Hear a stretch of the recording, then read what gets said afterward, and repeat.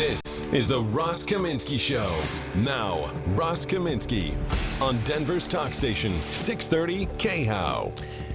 In this, shall we say, challenging legislative session right here in the state of Colorado, it's not that frequent that I agree with the Democrats in the legislature. It's even less frequent that you find the leaders of the Republican and Democratic parties in the state legislature, or in this case, in the State House of Representatives, agreeing on something, and me agreeing right along with them. And the thing I'm talking about is House Bill 1327, the title of which is Authorize and Tax Sports Betting. This would be a referred measure under the Taxpayer Bill of Rights. And one of the key sponsors of this is the State House Majority Leader, Alec Garnett, co-sponsoring it with the State House Minority Leader, Patrick Neville, who's actually going to join us a little bit later in the show. Alec, good morning. Thanks for being here. What do we need to know about sports gambling in Colorado, and why are you going down this road? Hey, Ross. Thanks so much for having me on. Good morning. Happy Monday to you and all your listeners. Listen, sports betting, this is an important bill because we know that it's already happening across the state of Colorado. This is a multi-billion-dollar industry nationwide. And so the first most important goal is we need to eliminate the black market that exists. We want to create a competitive marketplace that protects consumers and that is not too big, that it isn't easily regulated, but isn't too small, that there isn't enough choice for consumers to choose an online operator that they feel comfortable with. And so I really do think that 1327 is the right balance. What sports would be permitted to have wagers on, or if that list is too huge, what sports would not be permitted to have wagers on? Yeah, and so we've worked, Minority Leader Neville and I worked a lot on this particular issue.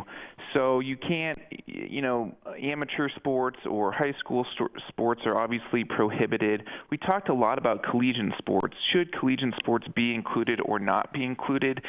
In the end, we determined that if you don't include them, the betting is going to continue to happen in the black market. So we decided to include them for the high-level bets, but then exclude them for prop bets. And prop bets are the ones that are on individual players. Mm-hmm. Is player B going to score 19 points? Is player C going to miss the first free throw of the second half? Because, for students who aren't making any money, the pressure might get too large on individuals if prop bets are allowed. So we excluded prop bets for collegiate sports. That makes sense. That's interesting. And especially in context, and I don't know whether it'll go anywhere, but with Owen Hill's bill to potentially allow college players to be paid. Do you think that bill is going to go anywhere, Owen's bill?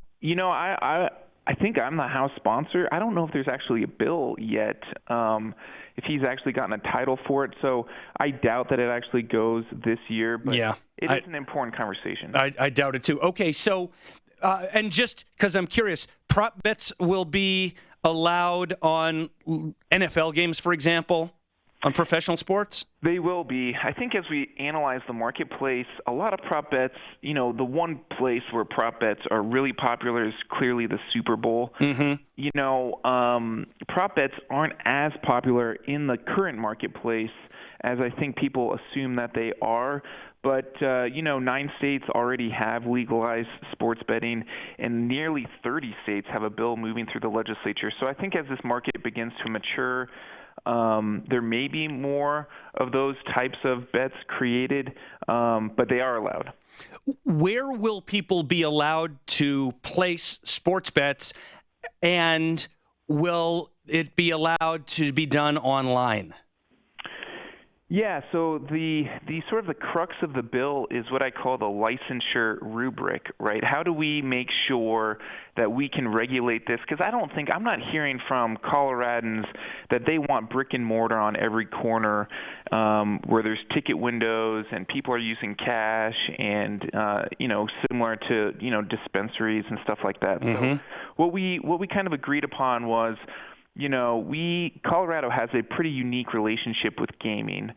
We limit it to 3 communities in the mountains, and so we thought, okay, let's have the brick and mortars go through the current casino model, because in terms of the physical structure, that's the relationship and that's the voter intent that we have seen over and over and over again, and then we'll allow for those entities to contract out for an online operating license, which would allow for, somebody to create an app so consumers can have access to sports betting on their mobile device. And that's key, because that's where the black market is today. There are a bunch of online apps that sort of route through Shanghai and off the Cayman Islands, and consumers aren't protected. They may be taken advantage of. It takes forever to get paid out, and so we're trying to eliminate that. And you have to have a mobile platform in order to get at that black market. So, are you saying that, at least to start, the only people who will be allowed to create legal online platforms will be the companies that also have licensed and regulated brick and mortar casinos in Black Hawk, Central City, and Cripple Creek? Yes. So what would the process be, if there is one even contemplated, for Ross's online sportsbook? I want to go start a business. Yeah. I want to run this business, and I'm willing to abide by every regulation that you want to impose on me, other than I don't want to have anything to do with any brick and mortar anywhere. Yeah, I think it's important to try to capture the entrepreneurial spirit of Coloradans. And so there would be essentially a way for, if you have an online operation now, or you think you can build one that's more competitive, that's more friendly to consumers, that is better interactive, you can contract with, you can go and compete to get a contract through the master licensee.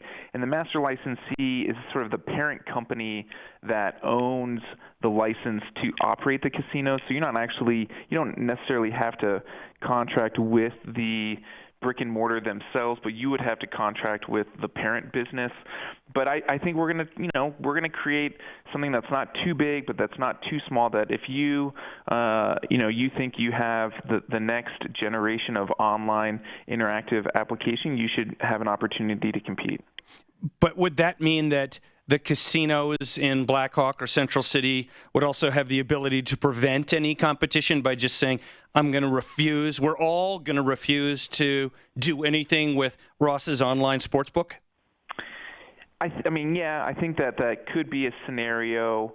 What we don't get into in the legislation is sort of the contracts between all these businesses. Mm-hmm. And what we've seen in other states is that, the contract and the willingness of these online operators to be competitive in the marketplace is allowed for a lot of entrepreneurs to get in other states. And so whether or not that's New Jersey in particular or other states, it's sort of through the contracting between the two businesses that opens the door. That makes sense. And I could also imagine the opposite, a scenario where maybe there's a casino in one of these towns that could have sports betting, but just for whatever reason doesn't want to deal with it. They might just become the clearinghouse for, say, you guys want to make your own platform, come to us as the master licensee, and we'll work out a deal with you because we don't want to do sports betting ourselves. So I could imagine that too. For those of you just joined this show, my special guest, Alec Garnett, he is the Democratic Majority Leader in the State House of Representatives. I also notice, Alec, in the title of the bill, not only does it say authorize sports betting, but it says tax sports betting. What's that about? Well, Colorado has Tabor, and so I think one of the reasons, one of the benefits of eliminating the black marketplace is that you can protect consumers, you can regulate it, but you can also tax the behavior here in Colorado. And so what the bill would do is put a flat tax of 10% on the net sports betting proceeds of the operator, so not of the consumer, but of the operator. And that will be referred, if the bill passes, will be referred to the ballot in November of 2019. And if people across the state of Colorado choose to support that tax, then everything's contingent on the vote of that tax. And so if the voters pass the 10% tax, then the regulatory framework will go into place. And if they vote the tax down, then the work to create the regulatory framework that we're doing now in the legislature will go away. So let me just make sure I understand this right. So a sports book, or let's say a sports book opens at a casino in Black Hawk, and their net profits just on the sports betting part is $100,000. So they would have a 10% tax. That's $10,000. Of the remaining 90, they would still have corporate income tax to whatever degree. I don't even know how that works in Colorado, but I assume then the remaining 90 still subject to regular tax, probably. Yeah, that's right. And then where does that tax go? Because the bill actually contemplates a specific use for that 10%. Yeah, and so a portion of it is going to go to the behavioral health and the line items that we have for gaming addiction already generated through the limited gaming revenue through table games that we have, because we want to make sure we know that many people get addicted to sports betting, and we want to make sure that we are taking some of that tax revenue and protecting some of those or boosting the hotline and more FTE to make sure that they have the resources they need. The bulk of the money, though, is going to go towards the Colorado Water Plan and projects that are granted out through the Colorado Water Conservation Board.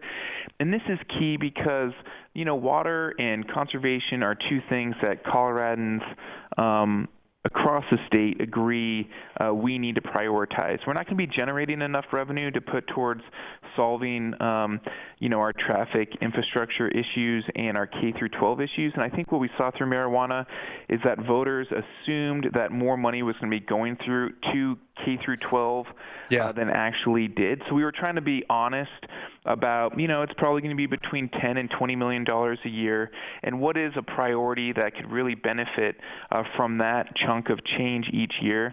And the Colorado Water Plan and the impacts in rural and urban Colorado, I think, really sort of floated to the top. A listener asks whether, under this master licensee situation that you described, whether the licensee could open or work with a partner who wants to open a sports betting bar in Lodo. The answer to that is no.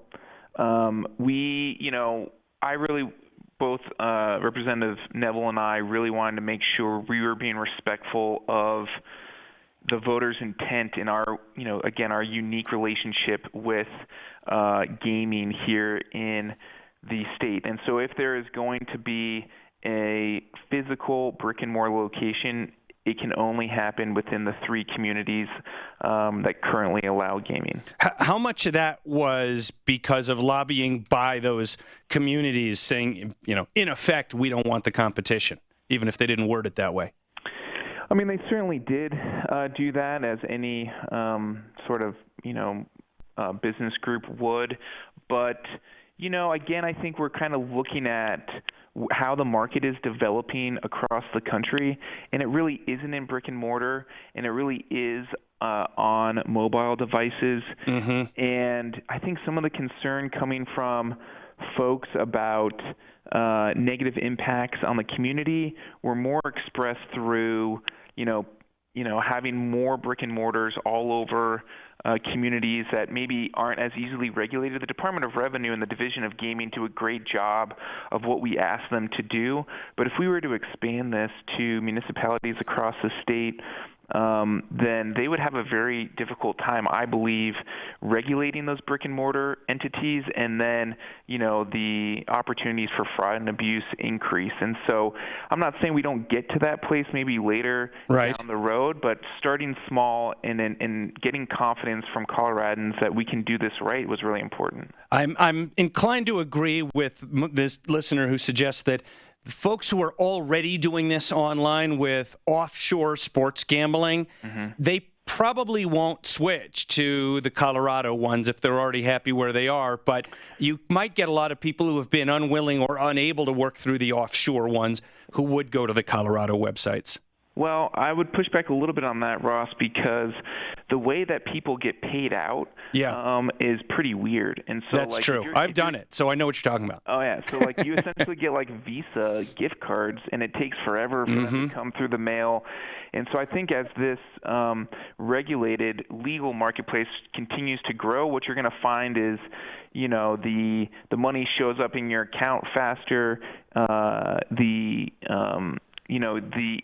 You don't have to sit around and wait. And so as a consumer, sort of you are, it's a much more efficient marketplace that I think will start to that makes sense. Bring people in. Although the way you're describing, if you're a winner, the other way you might be able to avoid paying income tax. Maybe I shouldn't talk about that on the air. Okay, I've got just over a minute left, and I want to just ask you very briefly about House Bill 1090, which would loosen restrictions on marijuana business ownership. Just quickly tell us some of the details and whether you're for it or against it. Yeah, House Bill 1090 was a bill that started last year and made its way through the legislature, trying to really deal with the fact that marijuana is being legalized across the country. And because we were one of the first states to do it, we built in some sort of capital restrictions to make sure that, bad guys weren't coming in and running marijuana businesses. But as that market has matured, capital was flying over the state of Colorado, and the legislature moved a bill to the governor's desk last year to open up who could invest in marijuana businesses here in Colorado. That bill was vetoed by Governor Hickenlooper, and so the sponsors worked with Governor Polis to bring a bill back this year. Governor Polis actually thought not only is this a good idea, but we should expand it a little bit. And so that bill is making its way through the process. I'm in support of the bill because I want to support Colorado businesses.